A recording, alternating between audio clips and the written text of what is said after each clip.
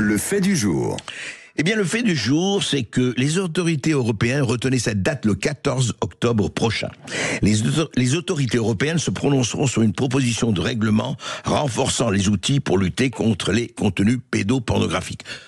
Tout le monde s'est dit, bravo, c'est très bien, mais écoutez, qui peut être pour ces contenus pédopornographiques faits par soit des criminels, des faussaires, des salauds. Mais, encore une fois, je l'ai dit, l'enfer peut être pavé des meilleures intentions. Bonjour Virginie Joron. Bonjour. Bonjour d'être avec nous en direct. Merci. Vous êtes députée européenne des Patriotes pour l'Europe. Virginie Joron, alors, effectivement, il faut lutter contre la pédopornographie en ligne. Là, tout le monde est d'accord, mais est-ce que, pour certains, on dit, mais est-ce que ce n'est pas un outil de surveillance de masse? Est-ce que ça ne risque pas de mettre à mal la sécurité et l'anonymat des discussions en ligne? Vous qui êtes au cœur du réacteur, Virginie Joron, alors, ce règlement, cette proposition de règlement, vous en pensez quoi, vous? Effectivement, les craintes sont aujourd'hui très audibles. Pourquoi? Parce que ce sujet, on l'a sur la table depuis 2022. Effectivement, la problématique des abus sexuels sur les enfants qui sont utilisés via des plateformes numériques, ce n'est pas une nouveauté. Et donc, il y avait un besoin d'encadrer. À l'époque, nous avions, nous, au Parlement, aménagé ce texte pour protéger les communications interpersonnelles qui ne rentreraient pas dans le cadre de détection d'abus sexuels sur des enfants, pour protéger effectivement une partie de la population, et j'espère une majorité, et c'est le cas. Donc en fait, nous avions proposé à l'époque d'aménager ce texte qui a, sur le fond, c'est du bon sens, vous l'avez dit, mais on a toujours eu pour nous la ligne rouge, c'est de protéger quand même les citoyens et nos données. On avait fait donc un article 7 qui finalement sortait du schéma de contrôle, la détection des messages à tendance pédopornographique. Oui. Et donc on avait sorti du cadre toutes les communications interpersonnelles et surtout nous avions mis un article de l'interdiction de surveillance générale. Et en fait, le problème aujourd'hui, c'est que la nouvelle présidence a une autre position. La présidence danoise, elle nous a enlevé ces articles. Ah oui. Donc, effectivement, en balayant d'un revers de la main ces protections de liberté individuelle, eh bien, ça remet en question le fond du texte. C'est-à-dire qu'aujourd'hui, la problématique que l'on a, c'est que finalement, en enlevant ces textes qui protégeaient et qui encadraient les communications de vie privée, eh bien, ça veut dire que tout peut être détecté, tout peut être mis sur la table, et finalement, ça ne nous convient pas. Je comprends. Attendez, Virginie Joron, on va peut-être expliquer.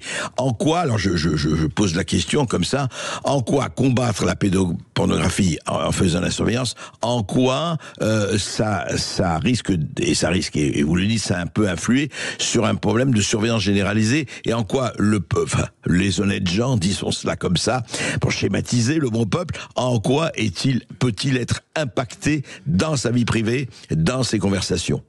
Techniquement, vous voudrez comprendre. Voilà. Techniquement. Alors, ce qu'il y a, c'est que la proposition de règlement en 2022 demandait aux plateformes de numérique de mettre en place un logiciel de détection des messages qui pourraient engendrer un abus sexuel. D'accord. Avec un cahier des charges très précis. Et effectivement, en encadrant ce système, eh bien, ça permet, et surtout, c'est sous contrôle judiciaire, il y a quand même des paramètres qui font que c'est pour protéger aussi, on va dire, la plupart de nos conversations. Donc, il y avait un cahier des charges très précis, mais finalement, dans ce cahier des charges très précis, il n'y avait absolument rien sur la protection aussi de la vie privée des gens normaux, on va dire. Donc, ce qu'ils veulent mettre en place aujourd'hui, dans la proposition du Conseil, c'est la même cahier des charges avec, on demande aux plateformes de numérique d'intégrer un logiciel de détection des messages qui pourraient amener à des abus sexuels, mais sur toutes les conversations. C'est-à-dire qu'en enlevant finalement l'article 7 et l'article premier que nous avions mis, on avait amendé en intégrant de suite que les communications interpersonnelles qui ne rentreraient pas dans ce cadre d'abus sexuels sur enfants, eh bien, ne devraient pas rentrer dans cette surveillance de masse. Et là, en enlevant ces deux articles qui étaient pour nous protéger aussi, des garde-fous, des garde-fous, eh bien, en enlevant ça, eh bien, ça veut dire que si on maintient et on accepte ce texte du Conseil, eh bien, c'est effectivement la surveillance de masse.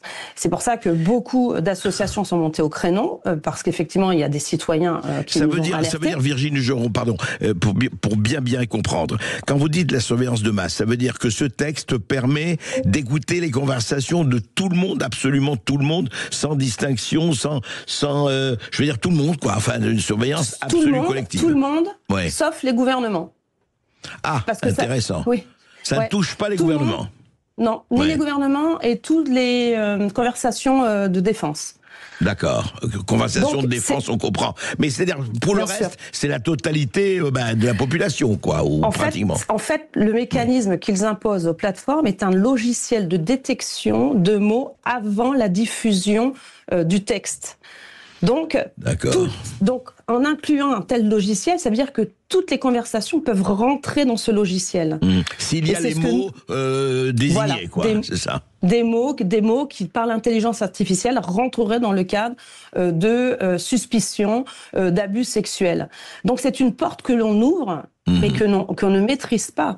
Et même c'est une charge supplémentaire qu'on impose aux plateformes, avec finalement un cahier des charges sur des datas, sur finalement des conversations qui pourraient juste relever de la vie privée sans rentrer dans le cadre effectivement d'un abus sexuel. Virginie Geron, qui décide des mots? Enfin, comment ça se passe, juste pour comprendre cette désignation des mots? C'est vrai que c'est important et c'est vrai que c'est compliqué. Vous avez d'abord une proposition de la Commission, à l'aide d'une étude d'impact, à l'aide des États qui se plaignent, qu'il n'y a pas d'encadrement de cette problématique. Donc la Commission propose un texte. C'est ce qui s'était passé en 2022. En 2023, nous, parlementaires, on a donc amendé ce texte en rajoutant des mots qui manquaient pour effectivement prévenir d'une surveillance de masse et aussi pour alléger la charge des plateformes numériques, parce que effectivement elles ont aussi des devoirs, mais aussi il faut équilibrer à chaque fois les textes pour ne pas empêcher l'innovation et surtout pour protéger nos datas. Et là, ce texte était resté bloqué parce que les États membres, puisqu'il y a le Conseil, donc 27 États membres, valident le texte.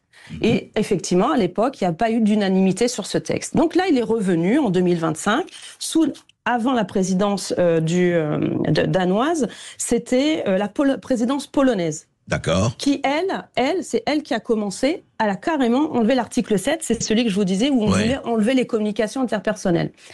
Les Polonais ont rectifié le texte. Comme les présidences ne durent que 6 mois, c'est les Danois qui ont repris le texte. Et qui ont enlevé un autre article, c'est ça. Alors, eux, ils ont enlevé l'article 7 et en plus, ils ont imposé à ce que les plateformes mettent un logiciel de détection de tous les messages avant la diffusion du message final. Donc là, donc le texte est toujours au Conseil, puisque c'est allé trop loin pour certains États, et donc il est bloqué. En ce moment, il est bloqué, oui. Il est bloqué parce que, effectivement, vous avez une majorité de pays qui ne soutiennent pas ce texte. Je vous donne la liste, c'est l'Autriche, la Belgique, la République tchèque, l'Estonie, Finlande, Luxembourg, Pays-Bas, Pologne, Slovaquie. Pays indécis qui sont contre. Pays indécis, et je crois à rectifier, mais je crois que l'Allemagne maintenant ne soutient pas le texte, la Grèce, Roumanie, Slovénie. Ceux qui soutiennent ce texte, comme je vous l'ai indiqué, Bulgarie, Croatie, Chypre, Danemark, évidemment, France, ils soutiennent mais on les entend pas, Hongrie, Irlande, Italie, Lettonie, Lituanie, Malte, Portugal, Espagne, Suède. Donc aujourd'hui, voilà, on a ce texte au niveau du Conseil qui bloque. Et je remercie tous ceux qui ont à cœur de défendre les libertés, parce que je comprends le sujet, on l'a déjà encadré, les abus sexuels, c'est un fléau. On essaye de l'encadrer au regard du DSA, le Digital Service Act, et pour le coup, malheureusement, ils font plus du travail sur la censure et la liberté d'expression, mais pas du tout sur ce volet, alors que normalement, c'est sur ce volet qu'ils devraient Donc, si j'ai bien compris, Virginie Geron, là, ceux qui veulent effectivement que ce texte soit amendé en supprimant les 2 articles dont vous parliez, en fait, l'idée, quelque part, c'est d'étendre la surveillance à absolument tout le monde, sauf les gouvernements. Exactement. Et pourquoi aujourd'hui on a encore plus peur qu'en 2023 ? C'est qu'on a vu l'utilisation à mauvais escient de nos données. On voit aussi que... Comme par exemple, vous dites utilisation à mauvais escient. Donnez-nous un exemple d'utilisation à mauvais escient. Alors là, j'en ai pas, mais On le voit dans l'utilisation des plateformes à un moment donné, quand on fait de la censure auprès de comptes qui ne conviennent pas au narratif. On le voit aujourd'hui avec cet exemple de Google qui, à un moment donné, a banni des comptes parce qu'il a utilisé des données. C'est-à-dire que là, on utilise à mauvais escient nos données parce qu'ils considèrent que certains narratifs ne conviennent pas à une politique durant la pandémie. Et donc, c'est un des meilleurs exemples. C'est la question que je voulais vous poser, justement, d'arriver à Google et à YouTube. Hein. C'est bien ça. Ouais. C'est très intéressant. Parce que d'un côté, non mais je vais dire juste pour terminer là-dessus, d'un côté, moi je me dis... Encore une fois, je fais le huron. Je me dis, mais attendez, moi, qui vont surveiller? Moi, j'ai rien à cacher. Ça m'est totalement égal. Mais, et vous dites, voilà. Sauf que, est-ce que la vie privée devient complètement un truc de transparence et que si j'ai des conversations intimes ou privées avec qui que ce soit, ou c'est mon problème et c'est évidemment pas à surveiller. C'est-à-dire que la frontière, elle est là, Virginie Joron, et vous en parlez bien. C'est-à-dire que où on passe de la surveillance de gens qui peuvent effectivement avoir de très mauvaises intentions et de très mauvaises actions, la pédopornographie, mais il n'y a pas que ça, hein, les trafics, l'argent sale, le blanchiment, etc., etc. Vous connaissez ça mieux que moi. Mais où est la frontière? Donc la frontière est très poreuse, et c'est ça qui est difficile.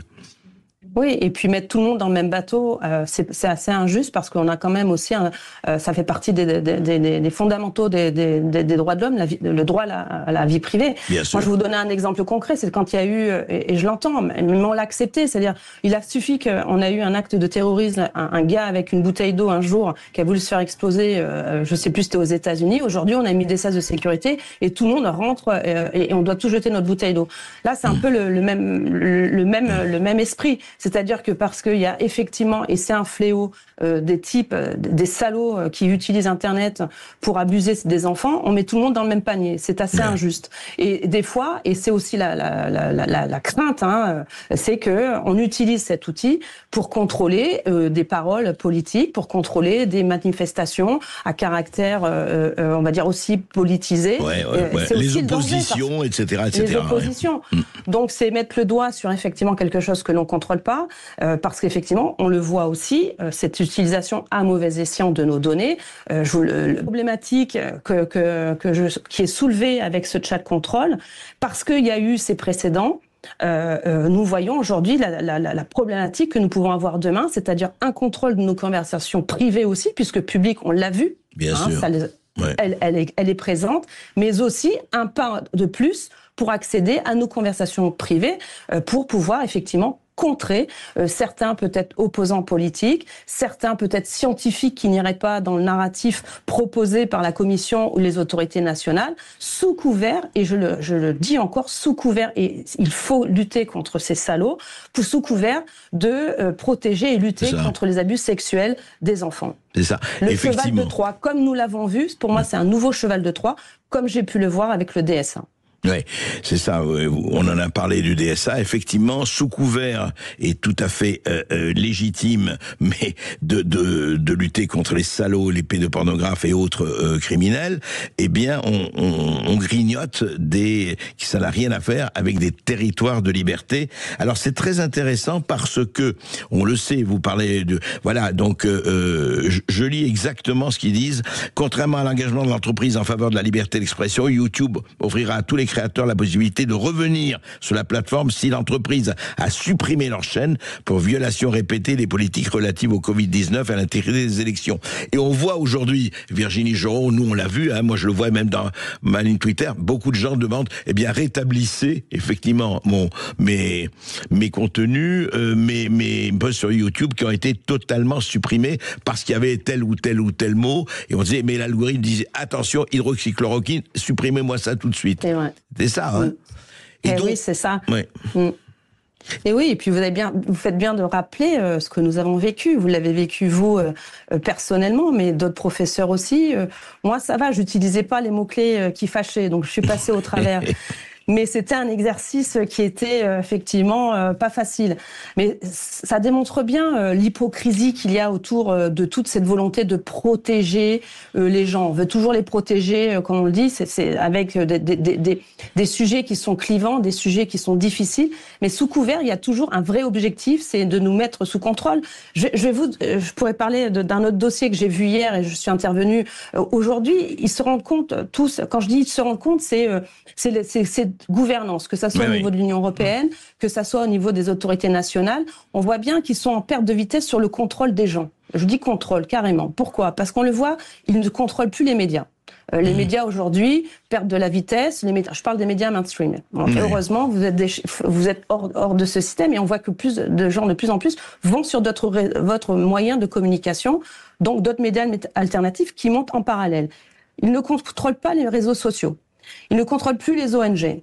Et donc aujourd'hui, puisqu'ils n'arrivent plus à contrôler le narratif, aujourd'hui, ça sera peut-être l'objet d'une autre intervention qui est aussi très intéressante. Comme ils n'arrivent pas à contrôler ce narratif qu'ils essayent de nous faire accepter et nous imposer, le narratif, quand je dis narratif, ici à la Commission, c'est d'accepter la création de cette Union européenne, qui pour moi, vous l'avez vu, le bilan n'est pas très bon, et il est même catastrophique au niveau des agriculteurs. Oui. Et donc, attendez, donc en fait, pour aller plus loin dans ce contrôle qui ne contrôle plus, où les outils ne fonctionnent pas, aujourd'hui, ils ont trouvé un nouveau nom pour cela. C'est les discours autocratiques. Aujourd'hui, c'est nouveau, ça vient de sortir. Les discours autocratiques.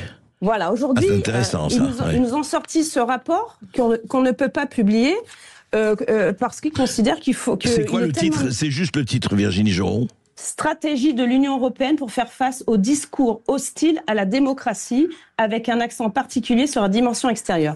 Ils considèrent aujourd'hui très intéressant. Très intéressant. Ils sont en train de monter en gamme et vous verrez maintenant, ça va être le nouveau leitmotiv. Les partis dits patriotes, les partis dits d'Orban ou même nous-mêmes, comme nous avons un discours autocratique, nous sommes contre la démocratie. Bah, bien sûr.